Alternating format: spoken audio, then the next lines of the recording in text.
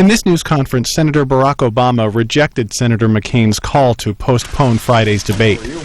He also made remarks on the economy and proposals to intervene in the financial markets. I know Dean was on the golf course and we had to pull him away. I want to have a chance to talk to you because obviously there's a moment of great uncertainty in America. As I mentioned at the day, the era of greed and irresponsibility on Wall Street and in Washington has led us to a financial crisis as serious as any we've faced since the Great Depression. And there's much blame to go around for causing this crisis, but we're now here. Every American has a stake in solving this crisis and saving our financial system from collapse, because if we don't act soon, then people's jobs, people's savings, the economic security of millions of Americans will be put at risk. So the clock is ticking. We have to act swiftly, but we have to also get it right. And that means everyone. Republicans and Democrats, the White House and Congress need to work together to come up with a solution that protects American taxpayers and our economy without rewarding those whose greed helped bring us to this point. This cannot fall victim to the usual partisan politics or special interest lobbying. It's in this spirit that I reached out and called to Senator McCain this morning. I initiated the call after determining that many of the principles that I had set forth were ones that Senator McCain had adopted as well in terms of how this financial proposal should be structured. And I also need to give credit to Republican Senator Tom Coburn, who had called me suggesting that a joint statement might be useful. I asked him, he called me back at about 2:30 this afternoon after our rally, and I asked him to join me in issuing a joint statement to let this Congress and this administration know where we stand and what we expect from this proposal, because over the last few days it's been clear that we've come to agree on some broad principles. And let me just reiterate the principles that I've talked about previously. First, I think everybody should be in agreement that we need to set up an independent board selected by Democrats and Republicans to provide oversight and accountability for how and where the money is going to be spent at every step of the way. Second, if American taxpayers are financing the solution, they should be treated like investors, and that means that Wall Street and Washington should give every penny of taxpayers' money back once this economy recovers. Third, we cannot and will not simply bail out Wall Street without helping the millions of innocent homeowners who are struggling to stay in their homes. They deserve a plan too. And finally, this is one that's important. The American people should not be spending one dime to reward the same Wall Street CEOs whose greed and irresponsibility got us into this mess. We can't allow this plan to become a welfare program for Wall Street executives. Senator McCain, as I mentioned, returned my call this afternoon. We agreed that this was a critical time for everyone, Democrats and Republicans, need to come together to help to stabilize the economy. I have been in constant contact with leadership in Congress. I've talked to Secretary Paulson just about every day. I spoke to him twice today, indicated to him that I intend to do everything that's required to be helpful, and we should all do everything that's necessary to get a bill passed that contains the proposals that I mentioned. There are times for politics, and then there are times to rise above in politics and do what's right for the country. This is one of those times. I don't think any of us enjoy putting taxpayer dollars at risk, but the risk of doing nothing is economic catastrophe potentially, and that is a risk we cannot afford to take. No matter how this begun, this is no longer a Democratic or a Republican problem. It is an American problem. It requires an American solution. And with that, let me just open it up to some questions. Jeff? Do you plan on attending the debate on Friday? And is Senator McCain playing politics with this by saying he should not go to this debate? Well, let me say this, just to go through the chronology today. I called him this morning with the intent of issuing a joint statement. I got called back around 2:30. We had a conversation. I made the suggestion to him. He agreed to that suggestion. He then suggested in addition, that we need to have a meeting in Washington with the congressional leaders and potentially the president. And what I told him was, well, why don't we get the joint statement out first to enunciate the principles that both of us agree to and to send a clear signal to the members of Congress that this, in fact, is something that should not be bogged down by partisan politics. And when I got back to the hotel, he had gone on television to announce what he intended to do. I believe that our staffs are still working on this joint statement. I think the important principle at this point is to send a clear signal to members of Congress, as well as the country, that this is a serious problem that has to be solved and should not be subject to the usual partisan politics. With respect to the debates, it's my belief that this is exactly the time when the American people need to hear from the person who, in approximately 40 days, will be responsible for dealing with this mess. And I think that it is going to be part of the president's job to deal with more than one thing at once. I think there's no reason why we can't be constructive in helping to solve this problem and also tell the American people what we believe and where we stand and where we want to take the country. So in my mind, actually, it's more important than ever that we present ourselves to the American people and try to describe where we want to take the country and where we want to take the economy, as well as dealing with some of the issues of foreign policy that were initially the subject of the debate.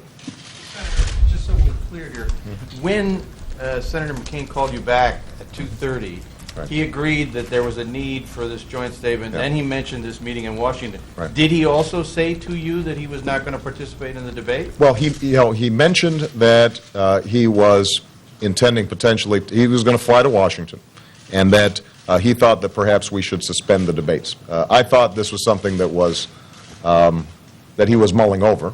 Apparently, this was something that he was more decisive about in his own mind.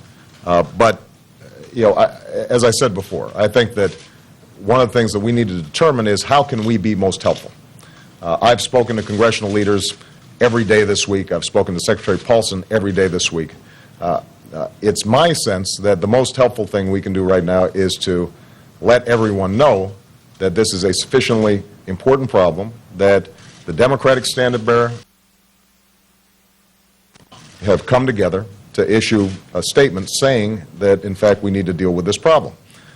What I also think is important is that we tell our respective party leaders that extraneous issues or issues that threaten to cloud this thing with partisan politics needs to be left out of this particular piece of legislation. So earlier this week, I had said to the Speaker of the House, as well as Harry Reid, that issues like bankruptcy reform, which are very important to Democrats, is probably something that we shouldn't try to do in this piece of legislation. That the stimulus package that I've been advocating for months now is not necessarily something that we should have in this package. And my hope is that Senator McCain is going to be talking to Republicans and sending them the same message, that there are some issues that they may be concerned about or things that are priorities for them. But what we shouldn't do is to try to get everything done in this package. What we should be doing is following the clear principles that taxpayers are protected, that we have oversight, that taxpayers are going to get their money back, and that the housing crisis is going to be dealt with as well. Do you have any plans to change your decision to stay here in Florida? Are you still going to stay here in Florida and prepare for the debate, or are you thinking of going back to Washington? You know, what I'm going to do is what I've told the leadership in Congress is that if I can be helpful, then I am prepared to be anywhere, anytime. What I think is important, though, is that we don't suddenly infuse Capitol Hill with presidential politics at a time when we're in the middle of some very delicate and difficult negotiations. So, I think the message is, if you need us, if I can be helpful, I'm prepared to be there at any point. But keep in mind, again, I'm talking to Nancy Pelosi, Harry Reid, the congressional leadership, Hank Paulson. I'm talking to them every single day. We've been working around the clock, and presidents are going to have to deal with more than one thing at a time. It's not necessary for us to think that we can only do one thing and suspend everything else. So if this package whenever this package is put together, do you think it's appropriate for both you and Senator McCain to be in Washington to actually vote on it? My sense is because of the delicate nature of the negotiations and the controversy surrounding how this thing may be structured, that it may be necessary for both of us to be present to send a strong message that, in fact, we need to get something done. Now, keep in mind, I continue to insist that this package contain the conditions that I've set forth. Because, again, I don't think those are Democratic or Republican conditions. I think they're the conditions that the American people want to see before they pony up the amount of money that's being asked for by the administration. Senator, will you go to Oxford on Friday? Will this debate go forward? I believe that we should continue to have the debate. I think that it makes sense for us to present ourselves before the American people to talk about the nature of the problems that we're having in our financial system, to talk about how it relates to our global standing in the world, what implications it has for our national security, how it relates to critical questions like the war in Iraq and Afghanistan. And, you know, obviously, if it turns out that we need to be in Washington, we've both got big planes. We've painted our slogans on the sides of them. They can get us from Washington, D.C. to Mississippi fairly quickly. Senator, do you think that this is a problem of such magnitude that you should suspend your campaigning, pull your ads off the air, not do any campaign events? You know, I think it's very important that the American people see the people who potentially could be in charge of this problem over the next, within the next couple of months. And so my attitude is that we need to be focused on solving the problem, as I've been over the last several days. But I think it is also important that we communicate to the American people where we need to go in getting us out of this situation. And again, I think it's possible for us to do both. Yeah, Senator McCain has suspended his campaign ads and fundraisers and stuff. You're not going to match that at all? Well, keep in mind that what I'm planning to do right now is debate on Friday, and that's what I'm preparing to do. Well, there are only 2 days between now and, as I said before, you can talk to my staff, but my general view is that the American people need to know what it is that we plan to do in moving the economy forward. Okay. Yeah.